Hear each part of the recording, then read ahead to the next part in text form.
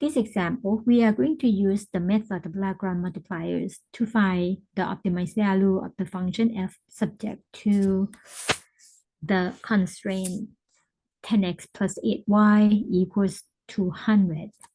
For the Lagrange multiplier method, we're gonna have to form the function f for the capital F from the f x y plus the Lagrange multiplier lambda times the g of xy. The gxy is the constraint. The constraint is given in the form of the gxy equals 0. So therefore, the gxy for our case is 10x plus 8y minus 200.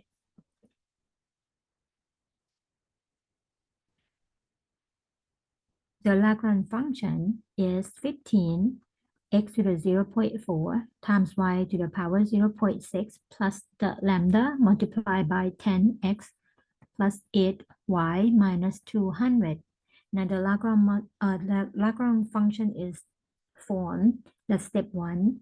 Step 2, we are going to find the first order partial derivative with respect to x, first order partial derivative with respect to y, first order partial derivative with respect to lambda. For the first order partial derivative with respect to x,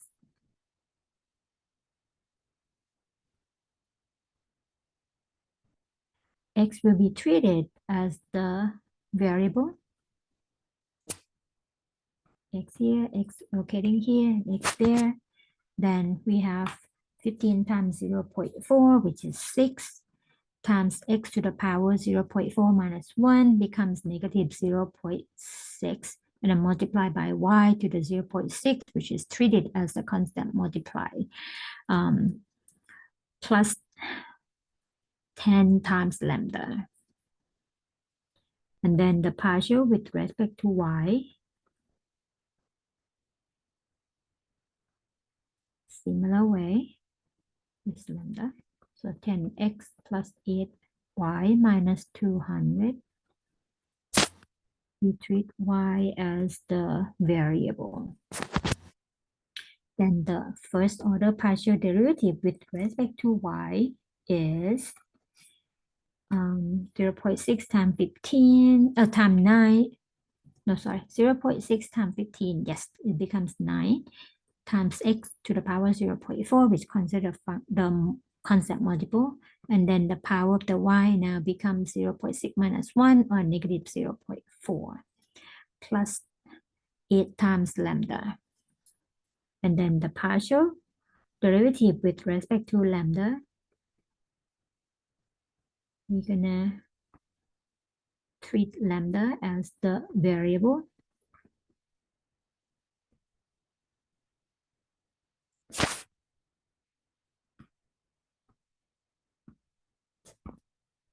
We get 10x plus 8y minus 200. Basically, that's a gxy or the constraint function. Next, step number 3, we're gonna solve the first order partial derivative with respect to x equals 0.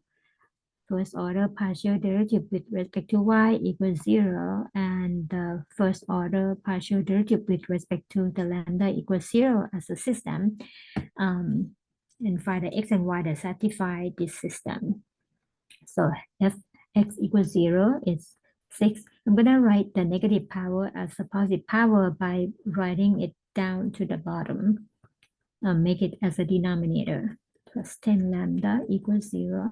And then the next one, you mean 9. Similar way, I'm going to make the negative power to be positive power by writing y to the 0.4 on the bottom. And then plus 8 lambda equals 0. And the last one, the 10x plus 8y minus 200 equals 0. So with this system, we're going to work on finding the lambda, which is the Lagrange multiplier, by looking at the first equation and second equation, and we write the lambda in terms of x and y and then equate them. And after that, bring it back to the last equation. Let's get started with the first one. So for the first equation, I'm gonna bring it over here. So we have 6 y to the 0.6 over x to the 0.6 plus 10 lambda equals 0. So the lambda is, so 10 lambda equals negative 6 y to the 0.6 over x to the 0.6, or lambda is negative 6 y to the 0.6 over x to the 0.6 divided by 10. And then simplify further to be negative 3 over 5 y to the power 0.6 over x to the power 0.6. Set it aside. The second equation, similar way. So 9x to the 0.4 over y to the 0.4 plus 8 lambda equals 0. Then the 8 lambda equals negative 9 x to the 0.4 over y to the 0.4. Or the lambda is negative 9 over 8 x to the 0.4 over y to the 0.4. 0.4. At this point, we have the lambda in two different forms, and then we just equate them. So negative 3 over 5 y to the 0.4 over x to the 0.6, sorry, 0.6 equals negative 9 over 8 x to the 0.4 over y to the 0.4. And then same concept, we're gonna write y in terms of x. You can write x in terms of y also, so it doesn't matter at this point. So for our convenience, I'm gonna write y in terms of x. Then we're gonna rearrange the term first before we obtain y in terms of x. So negative sign gone. Gonna cross multiply y to the 0.4 both sides. So becomes negative. Negative is already, we already decide to get rid of the negative sign here. Oops. So negative sign will be gone. So all right, 3 over 5 y to the 0.6 over x to the 0.6 equals 9 over 8 x to the 0.4 over y 0.4. Just different color, maybe it's easier to see what's going on. So multiply both sides by y to the 0.4, y to the 0.4. So 0.4 and 0.6, when you add them, it becomes 1. That's convenient. Therefore, our left-hand side here, the power of the y is 1. So 3 over 5, y to the first power. And then we do the same on the right-hand side by cross multiply x to the 0.4 by x to the 0.6. And that becomes x to the first power. So then y equals 9 over 8 times x, and then multiply by 5 over 3 to isolate y by itself, or just to make a coefficient to be 1. At this point, we can see that y is 3 and 9 reduced. 3 is 15 over 8 times x.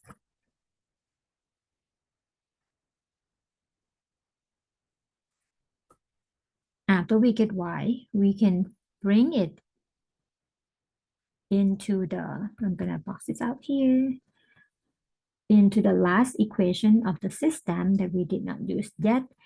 So at this point, we have 10x plus 8 multiplied by 15 times x over 8 minus 200 equals 0. That's nice that we see 8 and 8 can be reduced. So 10x plus 15x, that is 25x.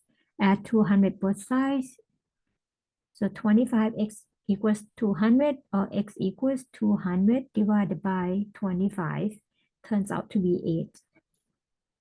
If x equals 8, y is 15 over 8 multiplied by x, or 15 over 8 multiplied by 8, and we get y equals 15.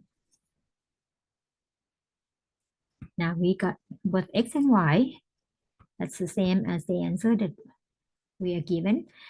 The function value at 8:15 is computed by 15 multiplied by x, which is 8 to the power 0.4, multiplied by y, which is 15 to the power 0.6. that turns out to be about 174.98. And we are done.